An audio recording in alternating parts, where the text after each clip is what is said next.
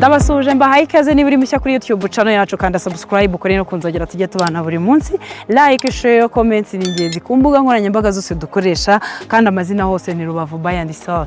Kuri YouTube ni Rubavu Buy and Sell, TikTok, Instagram na Facebook amazina namwe nayo ni Rubavu Buy and Sell.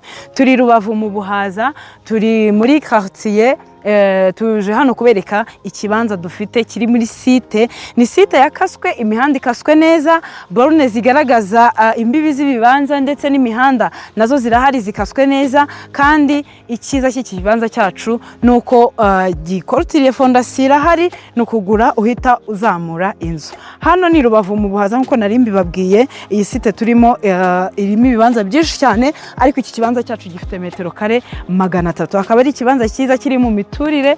Birumvikana ko ari ahantu heza ushobora kubaka inzu isanzwe yo kubamo cyangwa se kwashyira etage bitewe wowe n'icyo ushaka. Ni heza cyane. Wakwibaza ngo turukwatangira ngahe? Turukwatangira $23,000 ukahagura uhita uzamura ukubaka, kuko ibyangombwa byo kubaka biri gutangwa. Urumva ko ari ukugura umushinga wo kubaka ugahita ukora umeze neza. So ikibanza cyacu gifite metero kare 300. Zoning area ni imiturire. Uhakunze ushaka kuhagura, hari ikintu wifuza kubaza cyangwa se gusobanuza cyangwa se kumenya, waduhamagara. Ushobora no kutwandikira kuri iyo nimero ubona ku screen yawe. Wanadusanga hano dukorera mu mujyi wa Rubavu.